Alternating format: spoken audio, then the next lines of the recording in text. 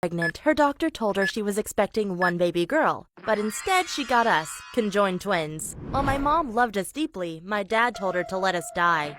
He suggested to accidentally let us drop on the floor because no one would be suspicious of us dying anyway. When our mom refused, he said, "Well, at least give them up for adoption." But my mom wouldn't give in, so our dad broke up with her and left. Now imagine a single mom raising twins. It wasn't easy, but doctors offered her money so they could do experiments with us. The most cruel one was giving one of us electroshocks to see if the other one would feel the pain. Our mom didn't know what they were doing to us, but when we told her about it afterward, she promised us no more experiments. By the way, my name is Elaine, and her name is Buttface. Let me tell you about our lives and challenges. You see, my sister and I always got along quite well, but in 10th grade, she developed a crush on our classmate Derek, who liked her back. They constantly flirted with each other, and I had to listen to all of it. But Derek was one of the most boring guys in the world, so I told my sister she had to stop seeing him.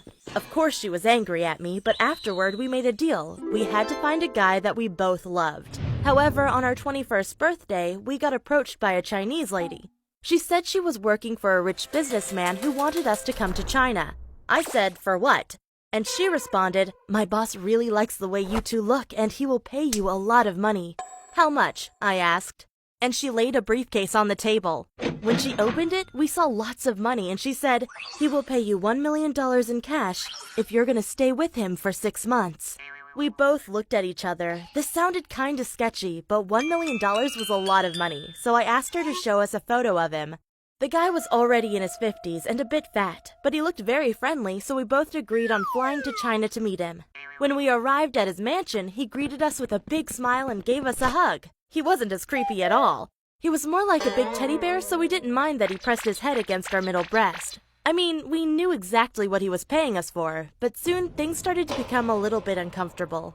He used us as a status symbol, and whenever his friends came over, we had to dress up in lingerie and serve them dinner. His friends would always be in awe and then laugh at us. Of course, it was quite uncomfortable to be half naked and stared at by a bunch of guys, but that was nothing compared to the shows we had to perform for them. But I don't want to go into that. Anyway, when we came back to the US, we bought ourselves an apartment and got a job at a bank. They even paid us 2 salaries, but what we really wanted was to get into a relationship. So we tried out the dating app Tinder. Most people didn't believe we were real, but Douglas did. We met him in a small park, and for the first time, both of us had great chemistry with the same guy. He was funny, charming, and good-looking. It only took 8 months for him to move into our apartment, but we quickly learned that he was manipulative and toxic. One night, I was laying in bed next to him while my sister was asleep. He began